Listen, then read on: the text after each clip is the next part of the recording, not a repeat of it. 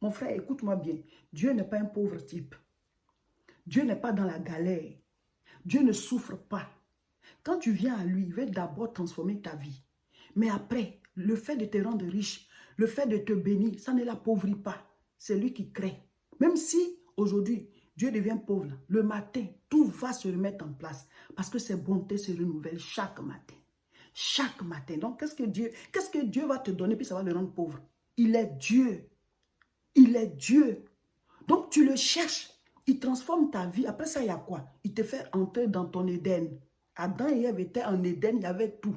Mais tant que tu es en Éden, tu dois savoir qu'il y a un fruit, il ne faut pas manger. C'est-à-dire, ne désobéis pas à Dieu. Et tu restes dans ton Éden. C'est la désobéissance qui nous fait déboucher sur le malheur, la souffrance et tout. Amen. Donc, mes frères, mes soeurs, cette semaine-là, on est à notre dernier virage. On rentre, voilà, on est dans la fin du jeûne. Il faut que tu vois grand. Dieu veut te bénir. On doit détacher les anneaux. Mais il y a des anneaux que nos pensées ont attachés. Notre manière de voir, voilà, a attaché certains anneaux. Notre conception de la vie, vois grand, lève les yeux, lève les yeux. Bonjour, cher peuple de Dieu. Recevez la grâce du Seigneur, recevez le Saint-Esprit. Nous entamons la dernière semaine. Mais en fait, ce n'est même pas une semaine, c'est 4 jours. Donc, aujourd'hui, lundi, le lendemain, mardi, mercredi et jeudi, on a fini. Cette semaine est une semaine choc. C'est le dernier virage. Le thème de cette semaine, c'est viser un niveau de vie élevé. Viser un niveau de vie élevé. Pourquoi est-ce qu'on a mis ce thème?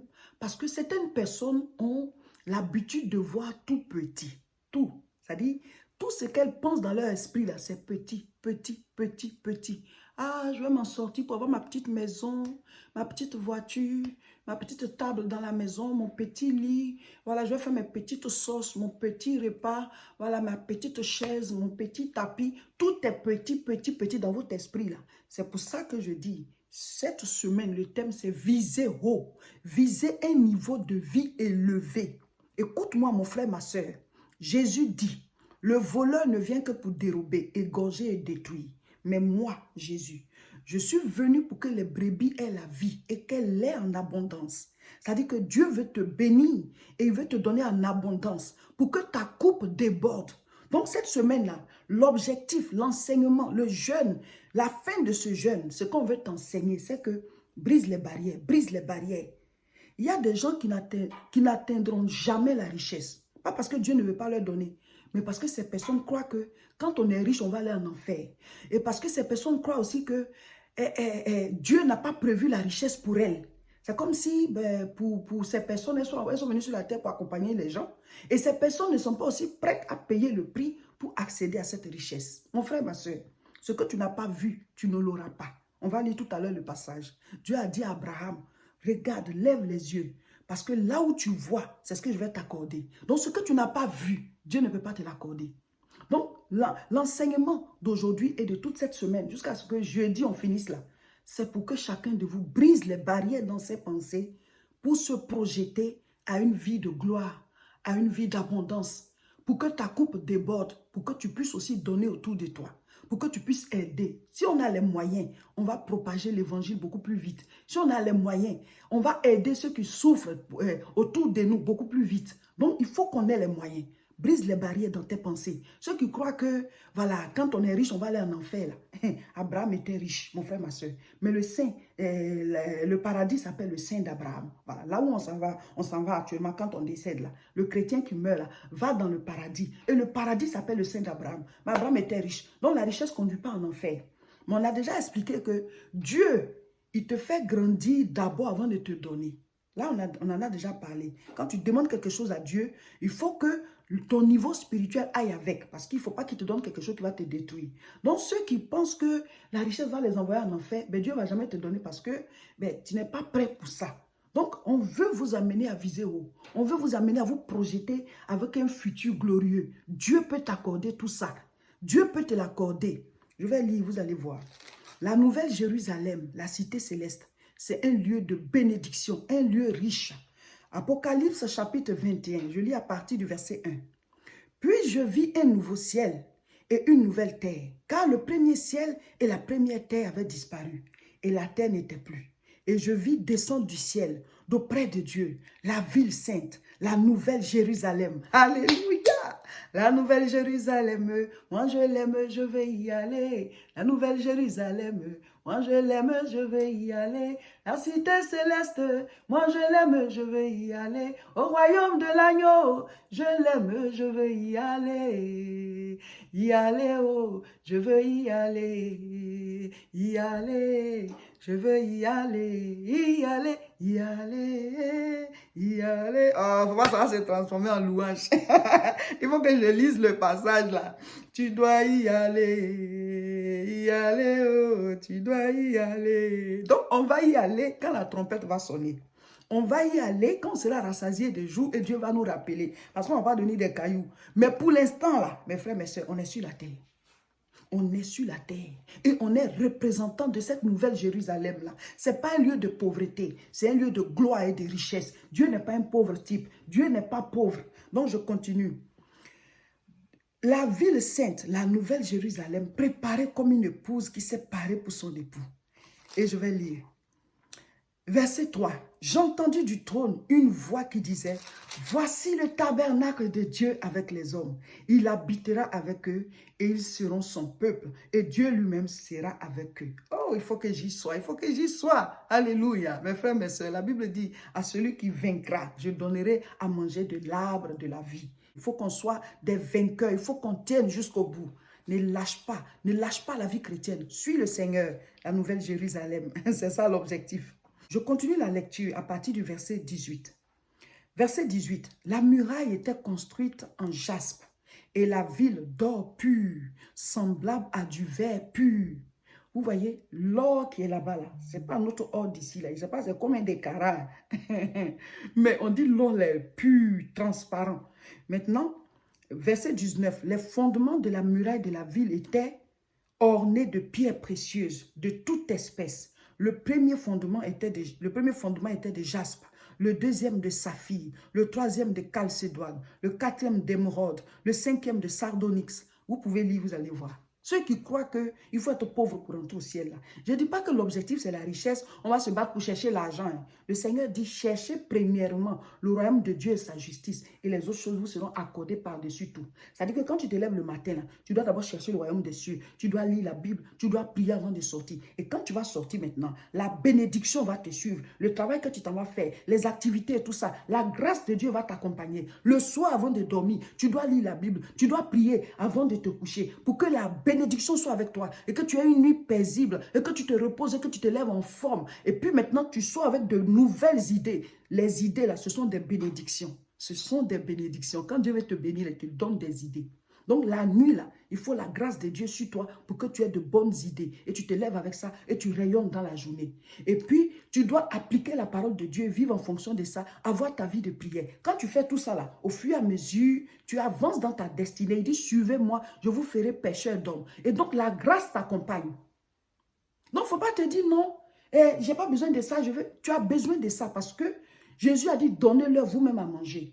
Nous avons besoin des moyens pour pouvoir propager l'évangile. Il nous rend riches pour le royaume, riches pour nous-mêmes, pour que notre famille en profite, mais pour que le reste là, que notre couple déborde et que ceux qui souffrent puissent avoir ce que nous on a. Parce que Dieu passe par nous pour bénir. Il a dit à Abraham, je te bénirai. Tu seras une bénédiction pour toutes les nations. Quand Dieu te bénit, c'est pour que les autres en profitent. Toi-même, tu en as, mais pour que les autres puissent aussi manger à ta table. Mes frères, mes soeurs, non, il ne faut pas être allergique à la richesse. Ce n'est pas ça qu'on recherche, oui. Mais quand on recherche Dieu, là, Dieu va nous guider, il va nous bénir, comme il a fait pour les patriarches. Donc maintenant, je lis le verset 21. Apocalypse 21, verset 21. Les 12 portes étaient 12 perles. Chaque porte était d'une seule perle. La place de la ville était d'or pur, comme du verre transparent. Mes frères, mes soeurs, ça dit leur or là, ça n'a rien à voir pour nous ici. Hein? De l'or pur. C'est Dieu lui-même, non? C'est son royaume. Donc il faut déjà travailler ta vision. Il faut déjà travailler ta conception de la vie. Dieu veut que tu vois grand. Dieu veut que tu sois béni. Dieu veut que tu prospères. Genèse 13, du verset 14 au verset 15. L'Éternel dit à Abraham, après que Lot se fut séparé de lui, lève les yeux et du lieu où tu es, regarde vers le nord et le midi, vers l'orient et l'occident. Car tout le pays que tu vois, je le donnerai à toi et à ta postérité pour toujours. Mes frères, mes sœurs, tout ce qui est dans la Bible, ce sont des symboles. Ce sont des choses que les gens ont vécues. Hein. Mais ce sont des symboles pour nous enseigner. Dieu dit à Abraham, le père de la foi, voilà, le patriarche, lève les yeux. Parce qu'Abraham, il n'avait pas une grande vision. Il regardait au fait qu'il n'a pas encore d'enfant. Mais Dieu voulait lui confier même, voilà, tous ceux qui allaient accepter Dieu plus tard, ils allaient être la descendance d'Abraham. Donc Dieu lui dit, lève les yeux, arrête d'être concentré sur des petites choses. Abraham, regarde au nord, au sud, à l'est, à l'ouest. Lève les yeux, tout ce que tu vois, je te le donnerai. Mes frères, mes sœurs, si tu ne vois pas, Dieu ne va pas te donner. Si tu n'y penses pas, si tu ne te projettes même pas là-bas, si tu ne te mets même pas dans le lot de ceux qui peuvent l'avoir, tu ne te mets même pas dans ce lot-là, tu ne peux pas l'avoir. Maintenant, il y a un aspect très important. Il dit, l'Éternel dit à Abraham, après que Lot se fut séparé de lui. Lot, c'était le neveu d'Abraham, mais c'était un neveu qui était grand. Voilà, vous savez, souvent, on a des neveux, des nièces qui ont à peu près le même âge que nous. Voilà, Lot n'avait pas le même âge, mais il était un peu moins âgé que lui, mais ils étaient de la même génération. Donc, c'était son ami en même temps. Amen. Donc, Abraham aimait se promener avec Lot. Dieu lui a dit de partir, il est parti avec Lot. Mais à un certain moment, Dieu a dit non, j'ai une mission pour chacun de vous. Donc, vous devez vous séparer. Et donc, Abraham et Lot se sont séparés. Et c'est à partir de là maintenant que Dieu lui dit, lève les yeux. Lot représente quoi?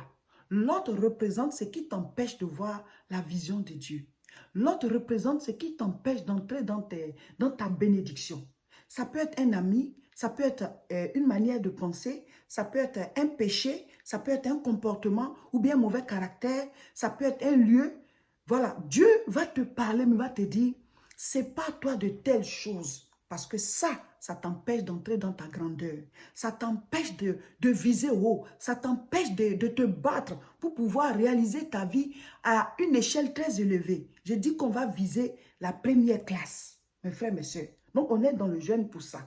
Et quand tu vas sortir de ce jeûne, Dieu va te guider. Tu ne peux pas avoir une certaine manière de vivre, une certaine manière de parler, une certaine manière de penser. Et puis, la grâce de Dieu, la gloire de Dieu va se révéler à toi. Forcément, il faut que tu te sépares de certaines choses qui représentent l'autre. Donc, tu vas prier pour dire maintenant, je me sépare de l'autre et je lève les yeux pour voir grand. Seigneur, montre-moi tout l'autre. Montre-moi tout ce qui est opposition à ton plan dans ma vie. Tout ce qui m'empêche de voir grand et d'entrer dans ma destinée glorieuse. Tout l'autre, je m'en sépare. Montre-moi et je m'en sépare. Et ceux que je connais, je me sépare d'eux. Papa, je veux aller loin avec toi. Vous savez, le Seigneur Jésus-Christ a dit, si ton œil droit t'empêche d'entrer dans le royaume des cieux, casse-le et rentre borne. Il est mieux d'être sauvé avec un œil en moins que d'aller le corps tout entier en enfer. Il dit, si ta main droite est une occasion de chute pour toi, coupe-la et entre dans le royaume des cieux. Il est mieux d'entrer manchot que d'aller tout le corps entier en enfer. Dieu a dit à Abraham, lève les yeux, regarde à l'ouest, à l'est, au nord, au sud, parce que ce que tu vois, je te le donnerai. Ça veut dire quoi? Tu dois briser les barrières et voir grand. Et tout ce que tu vois là, Dieu peut te l'accorder. Amen. Mais si tu n'as pas vu, il ne peut pas te donner. C'est-à-dire, la vision, c'est quoi? La vision est une faculté de l'esprit. C'est-à-dire que, par exemple, quelqu'un prend son véhicule et la personne se dit, je vais à tel endroit. La vue, c'est la faculté des yeux. La personne regarde, elle voit qu'elle est encore à ce niveau, mais dans sa tête, là où elle va, là, l'image est dans sa tête.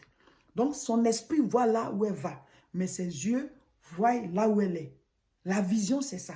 Là où tu pars, même quand tu fermes les yeux, tu vois. Même quand tu as les yeux ouverts, dans ton esprit, tu vois là où tu pars. Mais sous tes yeux, tu es encore là où tu es. Et tu vas conduire en fonction de là où tu veux arriver. Tu vas t'adapter, voilà, tu vas adapter tes attitudes, ta vitesse, tout en fonction de là où tu veux arriver. Amen. Donc, il faut déjà travailler ta vision. Il faut déjà travailler ta conception de la vie. Dieu veut que tu vois grand. Dieu veut que tu sois béni. Dieu veut que tu prospères. Donc, chacun de nous prie dans la journée, dans la nuit. Vous avez les sujets de prière, plus vos 10 sujets. On est maintenant vers la fin du jeûne. Il faut redoubler d'efforts. Amen. Et puis, nous lisons Juge chapitre 18. Mettez en commentaire ce que vous avez compris. Ce mercredi, on sera en direct à partir de 12 h. ce sera fort.